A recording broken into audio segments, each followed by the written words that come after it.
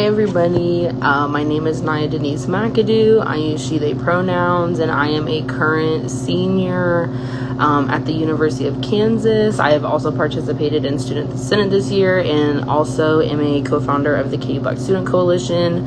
I'm really excited to be here with y'all today. I have the opportunity to participate in the free Black Women's Library project by the Emily Taylor Center in partnership with the Office of Multicultural Affairs. And today I will be reading How We Get Free, Black Feminism in the Combahee River Collection by Keeanga-Yamahtta Taylor. I'll show y'all what this book looks like. So I've sectioned off like a couple portions of the book that I really enjoyed. One of the cool things about this book is it's full of personal interviews with Black femmes, Black activists, which is something that I really am inspired by, like being a Black queer woman myself, and being a part of activism, and being a part of especially like student activism, here in Kansas and at KU. And some of my greatest role models and supporters here at KU are Black women, and so I really wanted to pick a piece of literature that really highlighted that work and really highlighted all that Black femmes and women contribute to activism in all different kinds of fields and genres and studies. So the first thing I'm gonna read is the Combahee River Collective statement. And then I'll go into reading some more specific parts about the different interviews that are also compiled within this book. If any of you have any questions, and I'll before I hop off and stuff, I'll drop in the chat, or if somebody knows, they can also drop in the chat. I'll drop the title and then the author and stuff as well. Also, one of the cool things about this program is the OMA will be the ETC will have this book as part of their library collection, but the OMA will also will be raffling off a copy of this book to someone who is interacting on this post and who wants an additional copy of this for themselves. So chance to get a free book. But yeah, so I'll go ahead and start. I'm starting on page 15. So this is starting with the Combahee River Collective statement. We are a collection of Black feminists who have been meeting together since 1974. During that time, we have been involved in the process of defining and clarifying our politics, while at the same time doing political work within our own group and in coalition with other progressive organizations and movements. The most general statement of our politics at the present time would be that we are actively committed to struggling against racial, sexual, heterosexual, and class oppression, and see as our particular task the development of integrated analysis and practice based upon the fact that the major systems of oppression are interlocking. The synthesis of these oppressions creates the conditions of our lives. As Black women, we see Black feminism as the logical political movement to combat the manifold and simultaneous oppressions that all women of color face. We will discuss 4 major topics in the paper that follows. 1, the genesis of contemporary Black feminism. 2, what we believe, i.e. the specific province of our politics. 3, the problems in organizing Black feminists, including a brief her story of our collective. And 4, Black feminist issues and practice. So starting with the first, the genesis of contemporary Black feminism. Before looking at the recent development of Black feminism, we would like to affirm that we find our origins in the historical reality of Afro-American women's continuous life and death struggle for survival and liberation. Black women's extremely negative relationship to the American political system, a system of white male rule, has always been determined by our membership in 2 oppressed racial and sexual castes. As Angela Davis points out in Reflections on the Black Woman's Role in the Community of Slaves, Black women have always embodied, if only in their physical manifestation, an adversary stance to white male rule and have actively resisted its inroads upon them and their communities in both dramatic and subtle ways. There have always been Black women feminists, some like Sojourner Truth, Harriet Tubman, Frances E.W. Harper, Ida B. Wells, Barnett, and Mary Church Terrell, and thousands upon thousands unknown, who have had a shared awareness of how their sexual identity combined with their racial identity to make their whole life situation and the focus of their political struggles unique. Contemporary Black feminism is the outgrowth of countless generations of personal sacrifice, militancy, and work by our mothers and sisters. And I would say aunties and grandmas and everything else. But definitely for sure, recognizing, I would say, black femme, elders in the community is, kind of what we are able to embody today. A Black feminist presence has evolved most obviously in connection with the second wave of the American women's movement beginning in the late 1960s. Black, other third world, and working women have been involved in the feminist movement from its start, but both outside reactionary forces and racism and elitism within the movement itself have served to obscure our participation. In 1973, Black feminists, primarily located in New York, felt the necessity of forming a separate Black feminist group. This became the National Black Feminist Organization, or NBFO. Black feminist politics also have an obvious connection to movements for Black liberation, particularly those in the 1960s and 1970s. Many of us were active in those movements: the Civil Rights Movement, Black nationalism, and the Black Panthers. And all of our lives were greatly affected and changed by their ideologies, their goals, and the tactics used to achieve their goals. It was our experience and disillusionment within these liberation movements, as well as experience on the periphery of the white male left, that led to the need to develop a politics that was anti-racist, unlike those of white women, and anti-sexist, unlike those of Black and white men. There is also undeniably a personal genesis for Black feminism, that is the political realization that comes from seemingly personal experiences of individual Black women's lives. Black feminists and many more Black women who do not define themselves as feminists have all experienced sexual oppression as a constant factor in our day-to-day existence. As children, we realized that we were different from boys and that we were treated differently. For example, we were told in the same breath to be quiet, both for the sake of being ladylike and to make us less objectionable in the eyes of white people. As we grew older, we became aware of the threat of physical and sexual abuse by men. However, we had no way of conceptualizing what was so apparent to us, what we knew was really happening. Black feminists often talk about their feelings of craziness before becoming conscious of the concepts of sexual politics, patriarchal rule, and most importantly, feminism, the political analysis and practice that we women use to struggle against our oppression. The fact that racial politics and indeed racism are pervasive factors in our lives do not allow us, and still does not allow most Black women, to look more deeply into our own experiences, and from that sharing and growing consciousness to build a politics that will change our lives and inevitably end our oppression. Our development must also be tied to the contemporary economic and political position of Black people.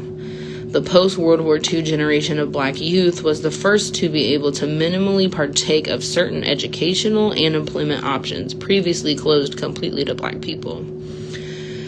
Although our economic position is still at the very bottom of the American capitalistic economy, a handful of us have been able to gain certain tools as a result of tokenism and education and employment, which potentially enable us to more effectively fight our oppression. A combined anti-racist and anti-sexist position drew us together initially, and as we developed politically, we addressed ourselves to heterosexism and economic oppression under capitalism. Yeah, especially that last part really sits with me. Especially just when it talks about how, especially like being Black women in leadership positions or positions of power, whether that's like, in an educational sense or, political, like governmental sense, it's great to be, the first or the second or the third, Black woman to hold a certain position or have the, capability to do something for the community. But within that, there's also an acknowledgement and also a form of acceptance of understanding that you are also being tokenized by the greater, white community that you reside in, that uses your position, that uses your identity in those positions as their success or something that they can be proud of because, they have a Black person or they have a Black woman in this position. So that must mean them or whatever system they operate in, is this great diverse place. When in reality, Black women and other women of color too, but Black women have to give up a piece of themselves every time they hold those positions and hold themselves within those spaces. So it's something to be proud of, but it's also a form of sacrifice as well. Above all else, okay, we're on to point 2, what we believe. Above all else, our politics initially sprang from the shared belief that Black women are inherently valuable, that our liberation is a necessity, not as an adjunct to somebody else's, but because of our need as human persons for autonomy. This may seem so obvious as to sound simplistic, but it is apparent that no other ostensibly progressive movement has ever considered our specific oppression as a priority or worked seriously for the ending of that oppression. Merely naming the pejorative stereotypes attributed to Black women, for example, the mammy, matriarch, sapphire, whore, bulldagger, let alone cataloging the cruel, often murderous treatment we receive, indicates how little value has been placed upon our lives during 4 centuries of bondage in the Western Hemisphere. We realize that the only people who care enough about us to work consistently for our liberation are us. Our politics evolved from a healthy love for ourselves, our sisters, and our community, which allow us to continue our struggle and work. This focusing upon our own oppression is embodied in the concept of identity politics. We believe that the most profound and potentially most radical politics come directly of our own identity as opposed to working to end someone else's oppression. In the case of Black women, this is a particularly repugnant, dangerous, threatening, and therefore revolutionary concept because it is obvious from looking at all the political movements that have preceded us that anyone is more worthy of liberation than ourselves. Yeah, I gotta read that again, because in the case of Black women, this is a particularly repugnant, dangerous, threatening, and therefore revolutionary concept because it is obvious from looking at all the political movements that have preceded us that anyone is more worthy of liberation than ourselves. We reject pedestals, queenhood, and walking 10 paces behind. To be recognized as human, levelly human, is enough. We believe that sexual politics under patriarchy is a pervasive in Black women's lives and are the politics of class and race. We also often find it difficult to separate race from class from sex oppression because in our lives they are most often experienced simultaneously. We know that there is such a thing as racial sexual oppression, which is neither solely racial nor solely sexual. The history of rape of Black women by white men is a weapon of political repression. Although we are feminists and lesbians, we feel solidarity with progressive men and do not advocate the fractionalization that white women who are separatists demand. Our situation as Black people necessitates that we have solidarity around the fact of race, which white women of course do not need to have with white men unless it is their negative solidarity as racial oppressors. We struggle together with black men against racism, while we also struggle with black men about sexism. We realize that the liberation of all oppressed peoples necessitates the destruction of the political, economic systems of capitalism and imperialism, as well as patriarchy. We are socialists because we believe that work must be organized for the collective benefit of those who do the work and create the products, and not for the profit of the bosses. Material resources must be equally distributed among those who create these resources. We are not convinced, however, that a socialist revolution that is not also a feminist and anti-racist revolution will guarantee our liberation. We have arrived at the necessity for developing an understanding of class relationships that takes into account the specific class position of black women, who are generally marginal in the labor force, while at the particular time some of us are temporarily viewed as doubly desirable tokens at white-collar and professional levels. We need to articulate the real class situations of peoples who are not merely raceless, sexless workers, but for whom racial and sexual oppression are significant determinants in their working and economic lives. Although we are in essential agreement with Marx's theory as it applied to the very specific economic relationships he analyzed, we know that his analysis must be extended further in order for us to understand our specific economic situation as black women. A political contribution which we feel we have already made is the expansion of the feminist principle that the personal is political. In our consciousness-raising sessions, for example, we have in many ways gone beyond white women's revelations because we are dealing with the implications of race and class as well as sex. Even our black women's style of talking and testifying in black language about what we have experienced has a resonance that is both cultural and political. We have spent a great deal of energy delving into the cultural and experiential nature of our oppression out of necessity, because none of these matters has ever been looked at before. No one before has ever examined the multi-layered texture of black women's lives. An example of this kind of revelation and conceptualization occurred at a meeting as we discussed the ways in which our early intellectual interests had been attacked by our peers, particularly black males. We discovered that all of us, because we were smart, had also been considered ugly. i.e., smart ugly. Smart ugly crystallized the way in which most of us have been forced to develop our intellects at great cost to our social lives. The sanctions in the black and white communities against black women thinkers are comparatively much higher than for white women, particularly ones from the educated middle and upper class. As we have already stated, we reject the stance of lesbian separatism because it is not a viable political analysis or strategy for us. It leaves out far too much and far too many people, particularly black men, women, and children. We have a great deal of criticism and loathing for what men have been socialized to be in this society, what they support, how they act, and how they oppress. But we do not have the misguided notion that it is their maleness per se, i.e. their biological maleness, that makes them what they are. As black women, we find any type of biological determination a particularly dangerous and reactionary basis upon which to build a politic. We must also question whether lesbian separatism is an adequate and progressive political analysis and strategy, even for those who practice it, since it so completely denies any but the sexual sources of women's oppression, negating the facts of class and race. Point 3. Problems in organizing black feminists. During our years together as a black feminist collective, we have experienced success and defeat, joy and pain, victory and failure.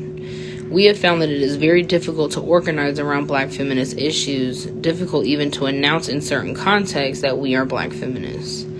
We have tried to think about the reasons for our difficulties, particularly since the white women's movement continues to be strong and to grow in many directions. In this section, we will discuss some of the general reasons for the organizing problems we face and also talk specifically about the stages in organizing our own collective. The major source of difficulty in our political work is that we are not just trying to fight oppression on one front or even two, but instead to address a whole range of oppressions. We do not have racial, sexual, heterosexual, or class privilege to rely upon, nor do we have even the minimal access to resources and power that groups who possess any one of these types of privilege have. The psychological toll of being a Black woman and the difficulties that presents in reaching political consciousness and doing political work can never be underestimated. There is a very low value placed upon Black women's psyches in this society, which is both racist and sexist.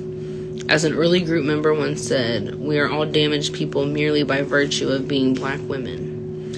We are dispossessed psychologically and on every other level, and yet we feel the necessity to struggle to change the condition of all Black women. In a Black feminist search for sisterhood, Michelle Wallace arrives at this conclusion. We exist as women who are Black, who are feminists, each stranded for the moment, working independently because there is not yet an environment in this society remotely congenial to our struggle. Because being on the bottom, we would have to do what no one else has done. We would have to fight the world. Wallace is pessimistic but realistic in her assessment of Black feminist position, particularly in her allusion to the nearly classic isolation most of us face. We might use our position at the bottom, however, to make a clear leap into revolutionary action. If Black women were free, it would mean that everyone else would have to be free, since our freedom would necessitate the destruction of all the systems of oppression.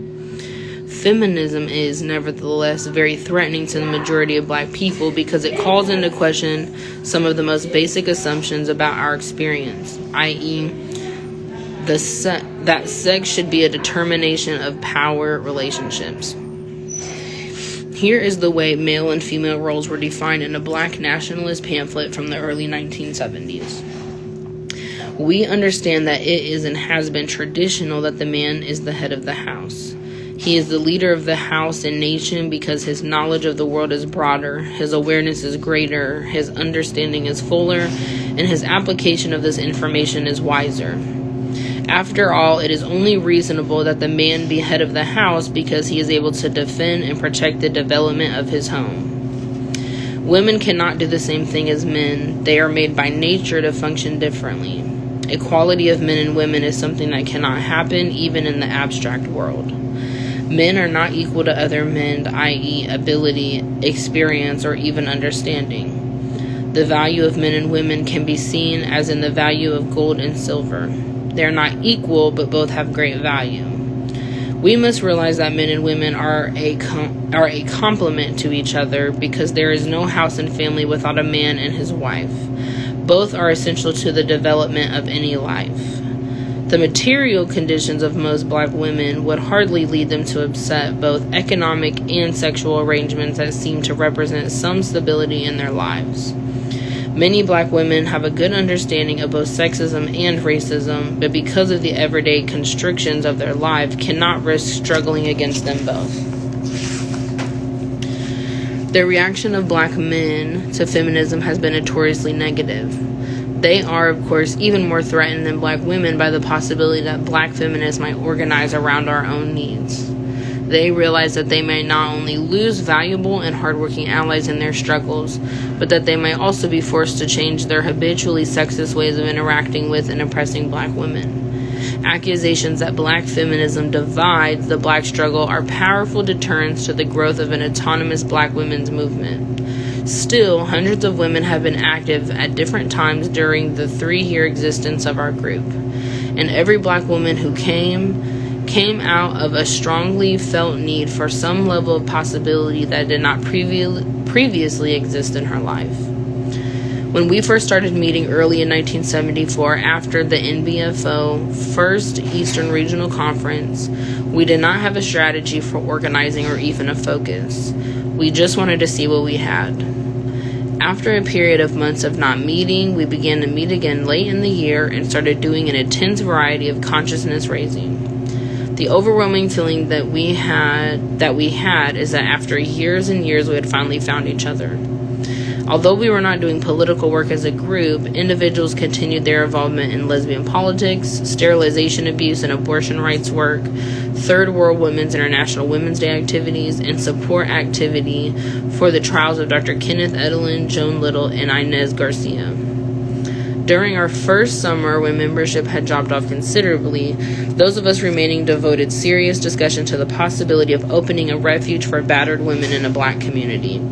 There was no refuge in Boston at that time. We also decided around that time to become an independent collective since we had serious disagreements with MBFO's bourgeois feminist stance and their lack of a clear political focus. We also were contacted at that time by socialist feminists with whom we had worked on abortion rights activities who wanted to encourage us to attend the National Socialist Feminist Conference in Yellow Springs. One of our members did attend, and despite the narrowness of the ideology that was promoted at that particular conference, we became more aware of the need for us to understand our own economic situation and to make our own economic analysis. In the fall, when some members returned, we experienced several months of comparative inactivity and internal disagreements, which were first conceptualized as a lesbian-straight split, but which were also the result of class and political differences. During the summer, those of us who were still meeting had determined the need to do political work and to move beyond consciousness raising and serving exclusively as an emotional support group. At the beginning of 1976, when some of the women who had not wanted to do political work and who also had voiced disagreements stopped attending of their own accord, we again looked for a focus. We decided at that time, with the addition of new members, to become a study group. We had always shared our readings with each other, and some of us had written papers on Black feminism for group discussion a few months before this decision was made. We began functioning as a study group and also began discussing the possibility of starting a Black feminist publication. We had a retreat in the late spring, which provided a time for both political discussion and working out interpersonal issues. Currently, we are planning to gather together a collective of Black feminist writing. We feel that it is absolutely essential to demonstrate the reality of our politics to other Black women and believe that we can do this through writing and distributing our work. The fact that individual Black feminists are living in isolation all over the country, that our own numbers are small, and that we have some skills in writing, printing, and publishing makes us want to carry out these kinds of projects as a means of organizing Black feminists as we continue to do political work in coalition with other groups.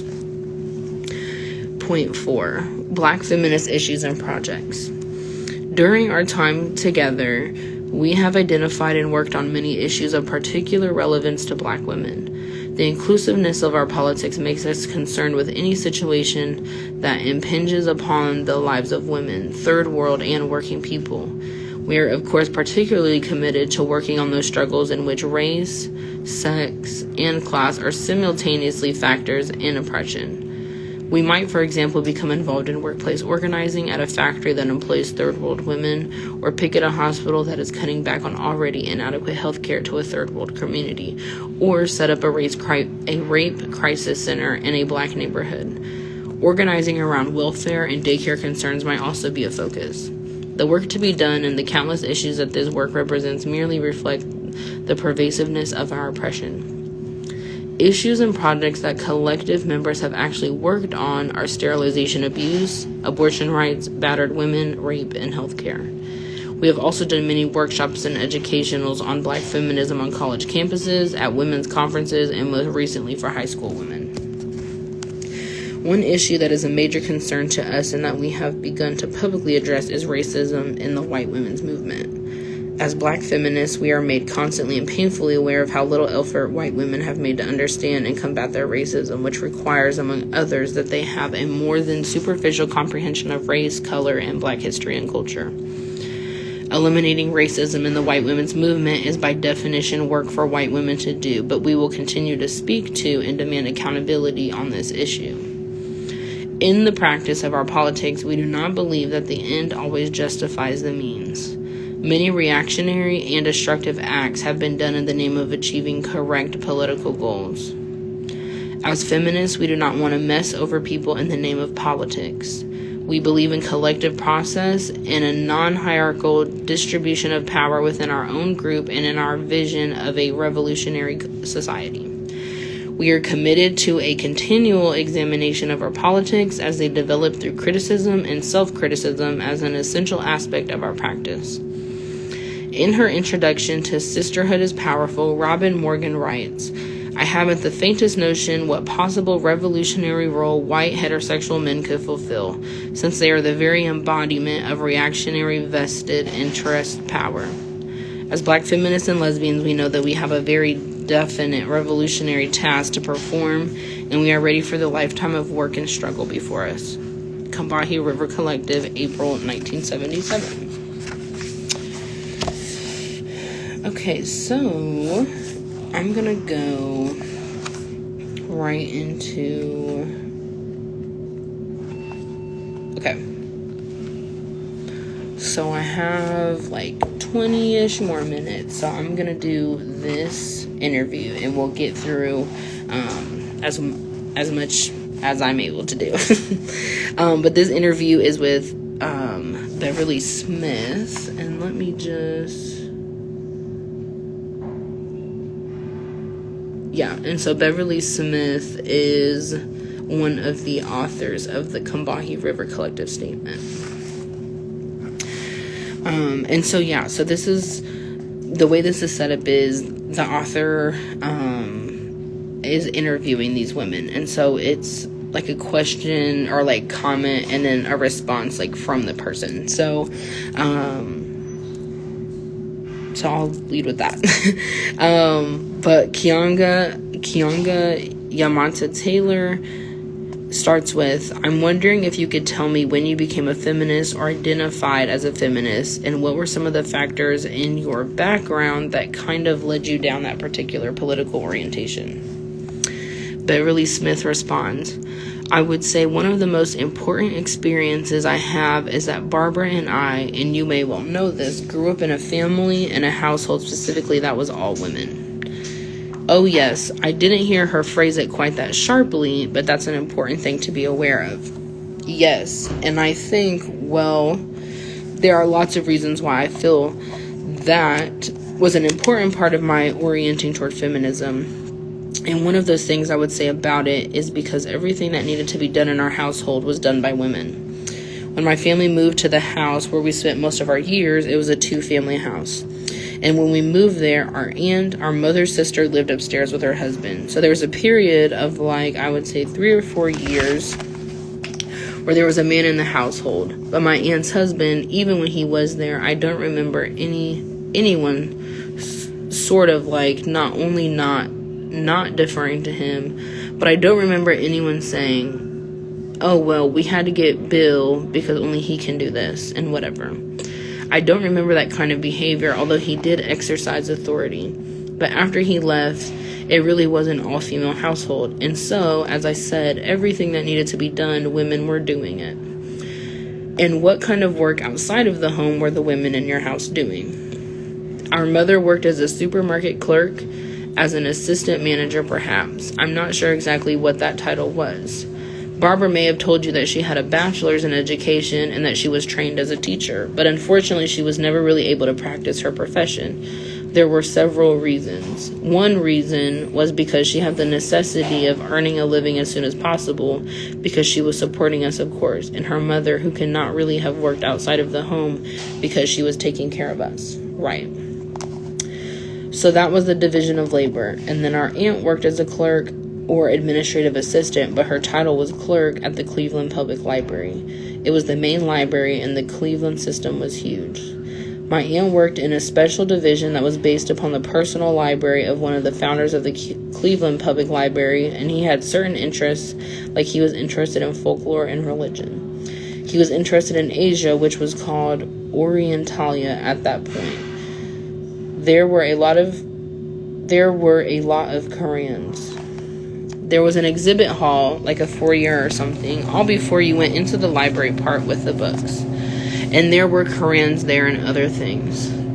So those were the two women who worked outside of the home. But when we were first born and were living in our first home, we had a great aunt, in fact, our great aunt Phoebe, who we called Auntie, and who was the first person to come up from the South to Cleveland. I'm not exactly sure when that would have been, probably sometime in the 20s. She was a terrific cook, and that's how she earned her living. When we were born, she was still working. I'm pretty sure that she was working for this millionaire at the time in his house. She would stay out there during the week, and then she would come home probably on the weekends or her days off. How do you think the experience of the women in your household impacted your own sort of consciousness or ideas about the world? One thing I would say, in describing the job that my aunt who worked at the library had, and then I'm thinking of my great aunt who worked at this private girls' school, even though neither of them had the whatever it would have required, probably white skin and being male, to actually put forth and work with all of their gifts, both of them had incredible talent. Not so much academic necessarily, although my aunt was really great academically. She was second in her class in high school, and my great aunt, I used to refer to this particular great aunt as my first Black Studies teacher because she would tell us incredible things. I knew about Marian Anderson and, the Daughters of the American Revolution, and then her singing at the Lincoln Memorial. I heard that growing up, she would talk about that often. She would talk about Eleanor Roosevelt.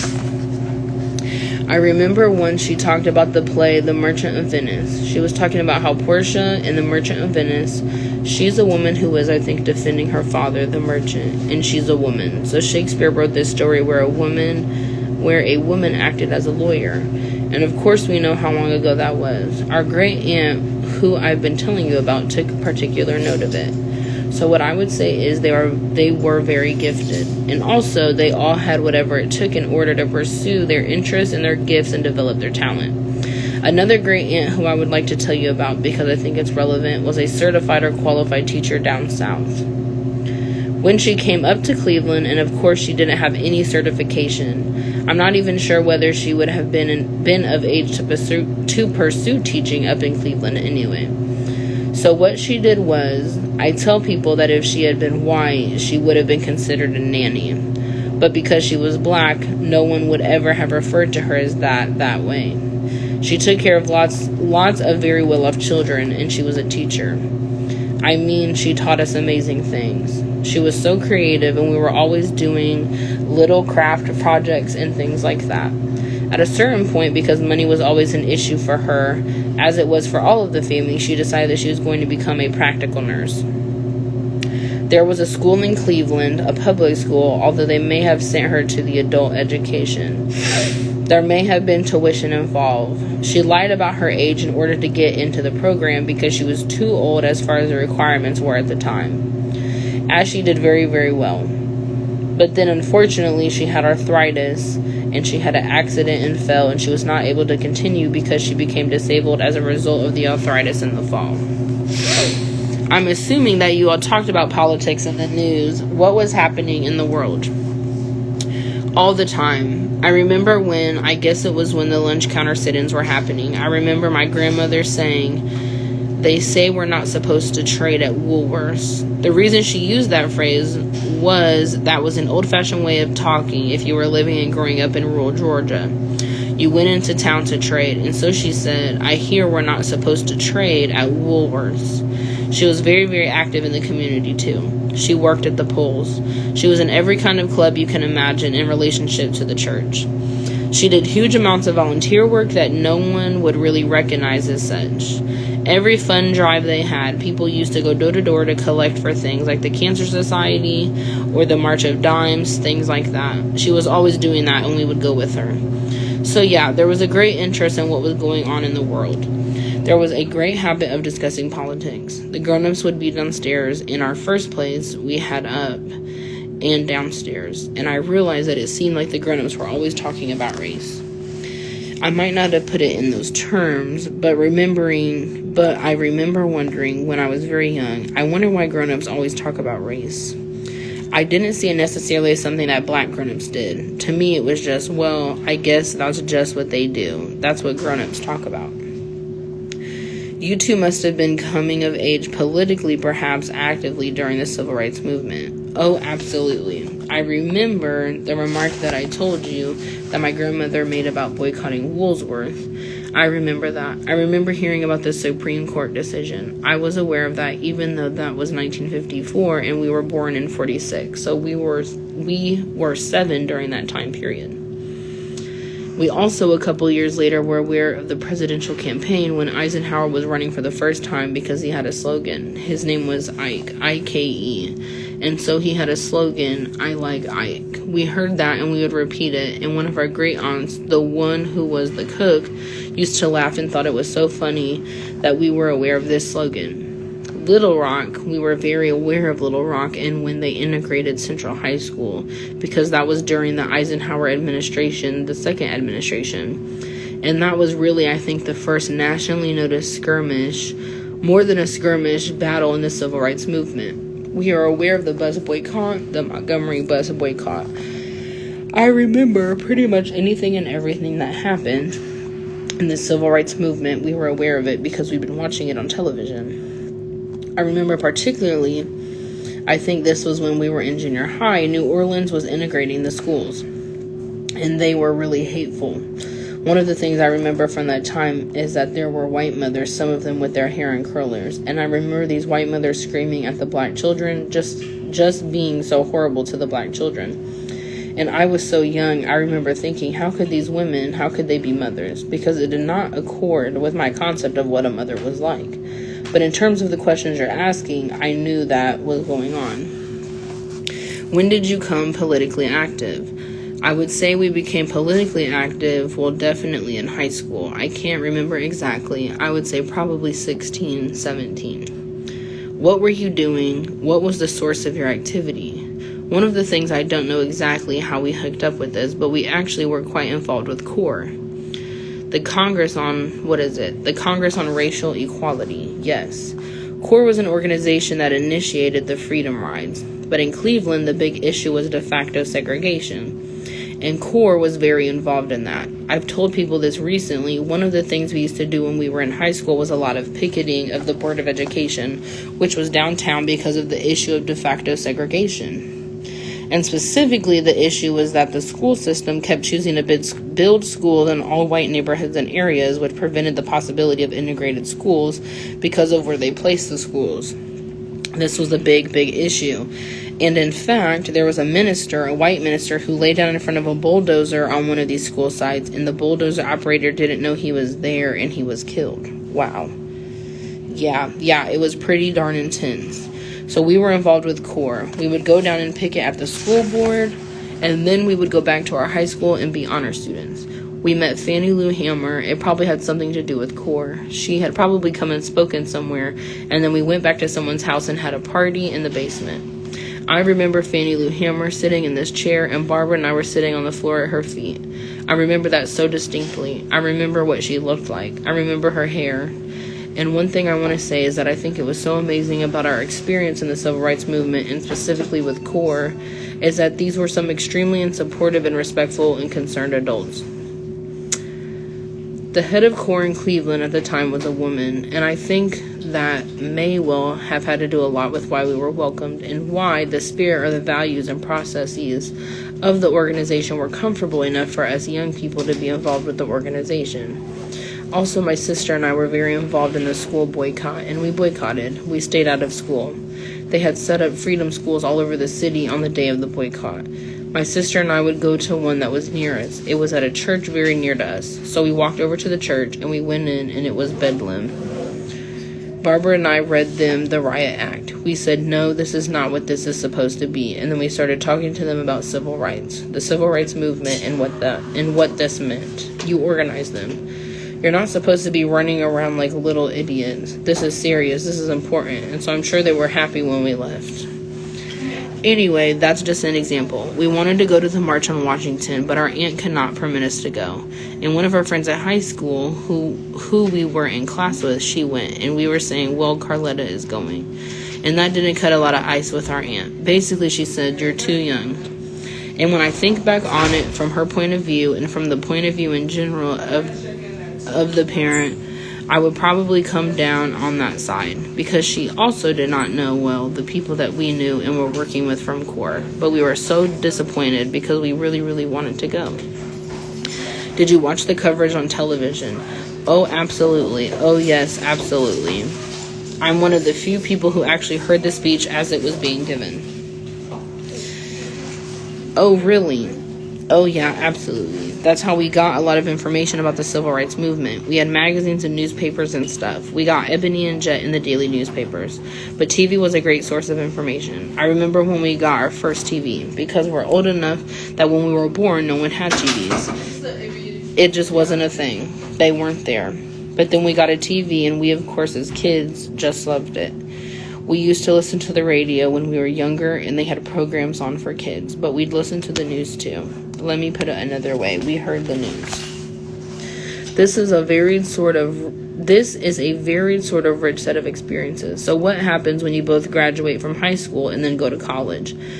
And so how does this impact you when you leave Cleveland, when you go to college? This is where you had a huge divergence in this experience of Barbara and me, because we went to two different schools. They were different in the sense that we went to two schools, but they were very different schools from each other. I went to the University of Chicago, and Barbara went to Mount Holyoke. Yes, very different. Yeah, so Barbara goes to Mount Holyoke, smallish school, college, not your university, 1,600 students, I think, total. Barbara was involved in activism pretty much from the moment she got there. And in fact, if I'm not mistaken, probably the first activism she was involved in was trying to get the restrictive rules that they had for girls lifted, because I think they had something called parietal hours. I don't even think it was an issue about how late they could stay out, because they were in the woods. We used to call it Mount Holyoke of the woods. The issue was the circumstances under which men could actually come into the dormitories, and I think they called those parietal hours.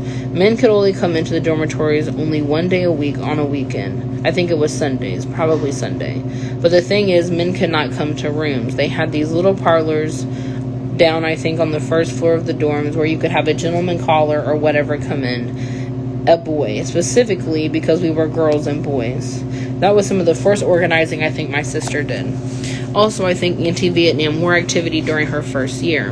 In fact, I think when she came out to visit me, I'm trying to think whether it was my first year. Yeah, it was my first year. Barbara was able to come and visit me in Chicago. I remember she and I went to an anti-war demonstration. This would have been in sometime in 66, I think. We went to the demonstration, and there was this slightly older white guy. He may even have still been a college student, but a bit older. So he was talking to us and found that we were in college, and then had the nerve to turn on us and say, well, you're bourgeois. Okay. I always get messed up with this word, y'all, because I don't know if it's bourgeois, if it's bourgeoisie, but he was trying to say that they was elitist. I'm assuming. This white guy. We're at the demonstration. I do remember that I felt attacked by this guy because we came from the wrong background. That was not the first time that people had made some assumptions about where we came from in terms of our background. But what happened for me the first year I was there, or class at Chicago, entering class of, I think, maybe around 700 or so, and we had about, I think, 33 black students. And that was 4 times more than they had ever had in any entering college class. When you go to University of Chicago, so what was the political scene? Yeah, did you get involved? My first year, I told you about how we had a small number of black students. There were some other black students, well, at least one guy who was a graduate student who I met.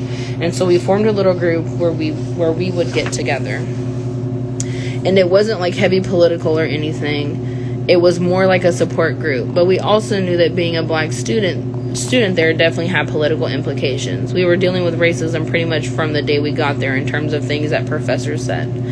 We had a lot of what they called general education courses at Chicago. But there was a course I didn't take, which was one of the social science courses. It was history and who knows what else. But what were they studying? They were studying the history of slavery. A lot of the other black girls were taking this class. And I remember them one day coming back from the lecture because, we would have our individual sections and we would have the big lecture. They came back from the lecture. They were distraught. Why? Because the professor who had given the lecture was talking about black women, slaves, and rape. And he said, You can't rape a black woman because a black woman is always ready. What? Yeah, they were distraught. I don't know whether any of them were crying, but there were a whole bunch of them. Oh yeah, there was much crap. The second year, there was a young woman I had met in Cleveland through my civil rights activism, and I don't know exactly how I met her, but I definitely remember being at meetings with her and her being involved in the school boycott.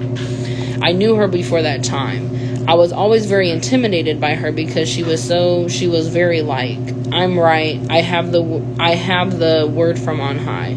She had kind of a severe manner, and even though these terms weren't used at that point, I think I realized, well, she's politically correct and I'm not. And basically what happened is that she sort of turned what I described before as a primary black support group, a place to get together. Sure, we talked about politics. I mean, what black student would not be talking about politics in 1965-66? Come on. But excuse me. But the thing is, she gets there and she goes right to the black nationalism, black separatism thing. That's what became correct. And I had the nerve, let me just put it this way. One of the few boyfriends or girlfriends I've ever had in my life, it just so happened that this guy, who I had sort of a year-long relationship with, was white. I became persona non grata. I didn't do politics in college. That shut me right down. So how did you get back to activism then? And this will probably be the last section I read for y'all. Well, one thing that was interesting and unusual, I think, is that there was a woman at Mount Holyoke. Barbara and she were in the same class, so they were there for 2 years. And then this woman, Janet, decides to transfer, of all places, to the University of Chicago. We weren't really friends, but we did connect. And one time in our third year, Janet invited me to go to a women's liberation meeting out in the city on the north side. Probably never even been on the north side. So we went to the women's lib meeting, a women's liberation meeting, and I'm there. I'm the only black child there. Probably Janet and I were a bit younger than the other women who were there because we were still college students. And I'm sitting there and I'm like, so what language are these people talking? I did not get it, but you know what? I was willing to go. And I remember that very vividly. And I think I might have even said, this is just very hard for me to grasp because all the stuff I've dealt with has been racial and racist. I probably did say that a couple of times. I mean, I just couldn't comprehend it. But there were some people on the faculty, a man, in fact, is who I'm thinking of, a historian who was a pro-feminist, very radical on the left. I started taking a course with him, and then I dropped it because I had too much work, and I could drop the course and still have the correct number of courses.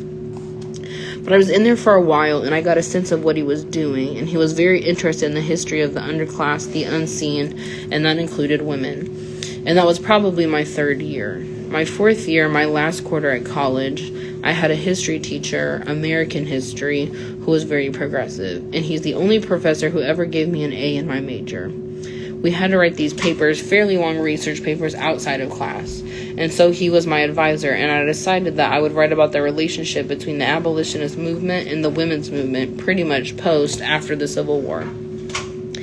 Although there was stuff that I covered undoubtedly that had to do with before the war, because, of course, there were a lot of women who were involved in the abolitionist movement throughout the century. And at the same time, they had been doing women's organizing. Seneca Falls, I can't remember exactly when that was. But the thing is, I knew there was a connection. And so I wrote a paper that had to do with how these white women dealt with the fact that black men were getting the franchise. One of my regrets, not huge, but one of my regrets is I don't still have that paper. Because shortly after I finished college, I showed it to someone I worked with who was interested, and I never got it back.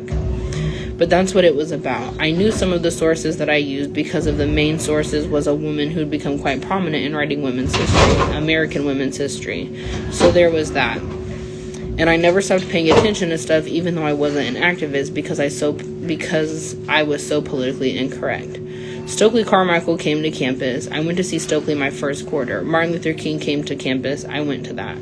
I was keeping up. I knew what was happening. And in Cleveland, after my first year, when we came home after our first year of college, it just so happened very serendipitously, I'm going to have to look that up because I've never heard that word, that Cleveland had this big riot. So there's no way you could avoid what was going on. It was there. See, if I had been at a place where my politics were acceptable, I would have been doing political work. I didn't give up political work because I didn't want to be an activist. I gave it up because I didn't have anybody to do it with. And the beliefs that I had, for example, these people were so, what's the word? I want to say solipsistic. I don't know whether that's the correct word, but the thing is, they were so inward looking and inward dwelling that they had no use for SDS or people who were demonstrating or working against the war.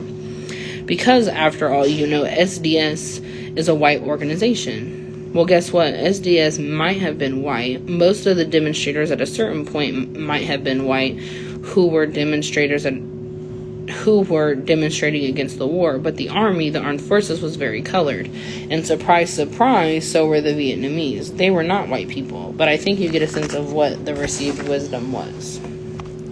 So yeah, I'm gonna end it there, y'all. I really appreciate those of you who tuned in to listen to me read. This has been a really touching and insightful book for me, like myself, and my own journey and kind of understanding my own Black feminism and Black politics within myself. And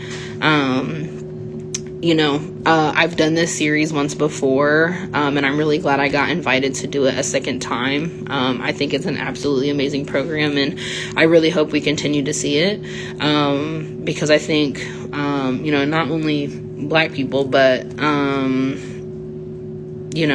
everybody here at KU, getting exposed to this Black literature, and more specifically, Black women and femme authors and stuff, is really important, and not only understanding the greater struggles and insights into what it is to be Black and what it is to be a Black woman, but also how to show up and support, and if you want to call it being a good ally, something along those lines, and stuff. So there's just a lot of really great history and a lot of great opportunity to understand that history, and how to show up and support to come together to create a better future. So I'm really happy I got to take part in this again. I want to say thank you to Megan and Nikita and everyone at the ETC and the OMA for making this possible, and always putting on this really amazing programming, and giving students and other folks the opportunity to have a platform, and to be able to expose others to these great authors and these great pieces of literature. So thank you so much. Y'all have a good weekend. Have a good rest of your day.